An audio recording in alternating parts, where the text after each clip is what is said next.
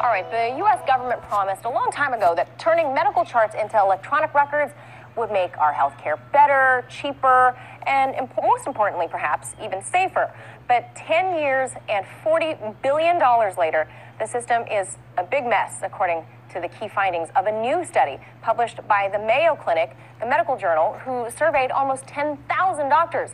RT correspondent Saya Tavenger is going to take us inside this digital revolution gone wrong. Saya? Yes, Manila, it was actually President Obama who started the government's change towards the electronic health system known as EHR. And during a speech at the American Medical Association in 2009, President Obama promised that switching from paper to digital would make physicians' life easier and reduce medical errors. We need to upgrade our medical records by switching from a paper to an electronic system of record keeping. We've already begun to do this with an investment we made as part of our Recovery Act. And that will not only mean less paper pushing and lower administrative costs, saving taxpayers billions of dollars, it will also mean all of you, physicians, will have an easier time doing your jobs. It will tell you, the doctors, what drugs a patient is taking so you can avoid prescribing a medication that could cause a harmful interaction. It will prevent the wrong dosages from going to a patient. It will reduce medical errors, it's estimated, that lead to 100,000 lives lost unnecessarily in our hospitals every year. But when President Obama made that speech, he had already signed the plan, which provided billions of dollars of incentives to providers to use their government-approved system, and providers who didn't make the switch would see their reimbursements cut. So it's no surprise that doctors and hospitals rushed to implement this new paperless system. All right, Shalom Akim. I like to say Kahalayim, Wahawadla, Maseo Bashem Yoshai, Bashem Kakwadash. Double honors the apostles and others of great men who do not rule well. Peace and blessing to the Akim around the world. I push this truth to the four corners of the earth. This is Yaraba from the GMS Trinali's camp. You know, I want to say two things. One is, you see how we said, how they say, talk about incentives. Because, you know, that is how ESO does work, with incentives and penalties, right? It's like, it's similar to the Lord with blessings and curses. You understand? But the Lord does do it for righteousness on the right hand side. Esau does do it for wickedness on the left hand side. Right? Because that's how Esau's system does work. He has actually given incentives for those who are compliant. Somewhat incentives, somewhat. And penalties for those that don't.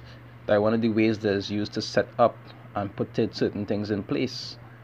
Whereas if they want you to do something, you know, they'll pay benefit if you do it, and they'll put a penalty, you know, some fine or jail time or whatever the case if you don't. And it's similar to when they was implementing this, right? That they put rewards for those who was compliant to it, and for those who wasn't compliant, they might have some bias towards them or have certain things cut off or certain privileges denied. You understand? But and the other thing is, this whole system that they're setting up is really and truly for what we know as the mark of the beast. You understand? Which is the RFID microchip, because they're trying to make things and put things in place to actually surround that concept. You understand? That technology itself.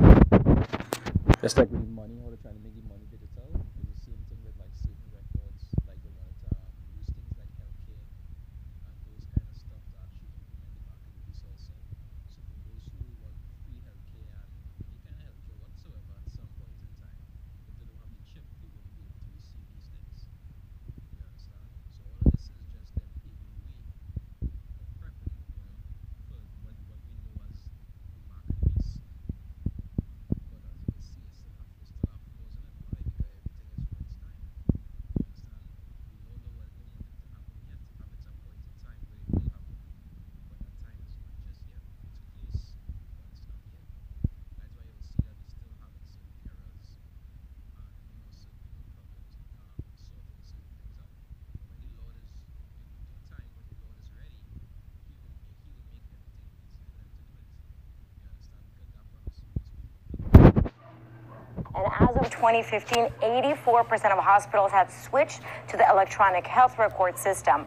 But technology just couldn't keep up with this mad dash. In fact, the systems were so poorly designed that doctors now spend a significant amount of time dealing with the problems rather than helping patients. The study noted that for every hour doctors spend with patients, they would spend an additional 2 hours on EHRs.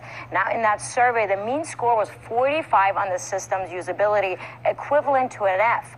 Keep in mind that such a score is in the bottom 9% of the scores across studies in other industries and is not it's in a non-acceptable range. And consider just a few of these examples highlighted in the study. Now, only 31% of physicians are working few hours and are seeing fewer patients. 80% of physicians are at full capacity or are overextended. 62% are pessimistic about the future of medicine. 78% often experience a feeling of burnout.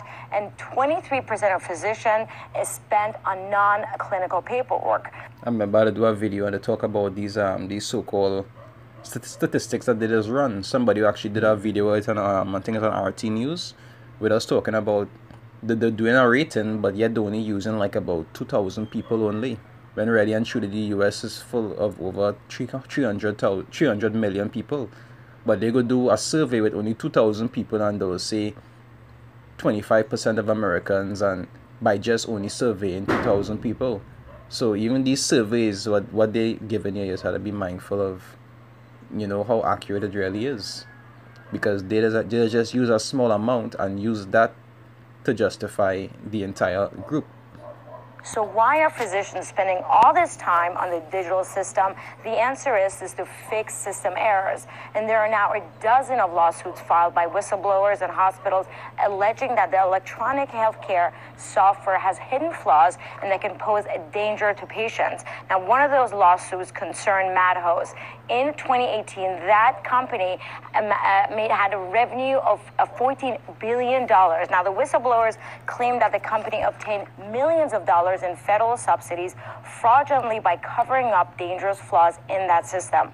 However, the concern is not just over wasteful spending on tax dollars, but EHRs also monitors the medicines people take and their vital signs. Now, this impacts software glitches, prevent doctors from accessing files quickly, and in that consequence can also mix up patients or send vital sign results to the wrong file and contribute to serious injuries or even death, as we're seeing right now. So some sort of critical change is needed to fix this system. Manila, back to you.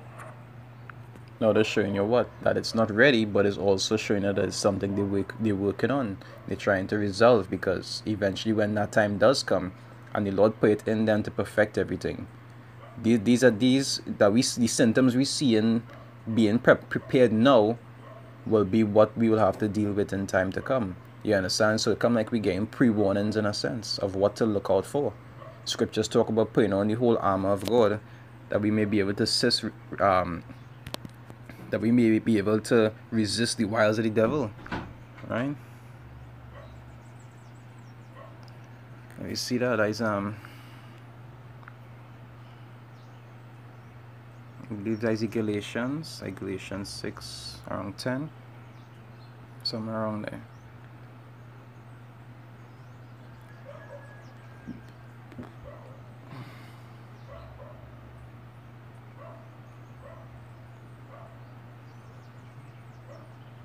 I wonder if it's Ephesians.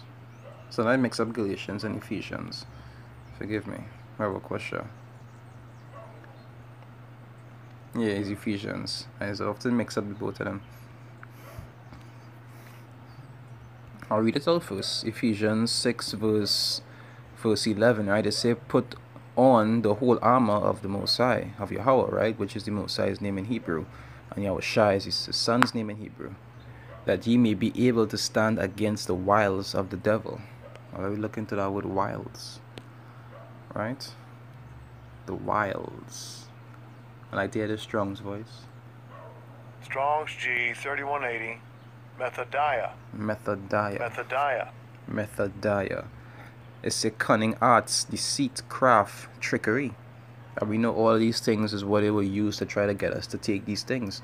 Try to make it look like it's something useful, like it's something fun, it's something convenient. When we already know what it is about according to the scriptures. I wouldn't read it, but when you go to like Revelations 13 from 15 or 16, go down. Revelations 14 from 9, go down. You know, all these different scriptures showing you about the mark of the beast. And you're seeing it even in the news and media that is something they're preparing for. You know? So, I hope it was edifying. I don't make it too long. With that, I say shalom.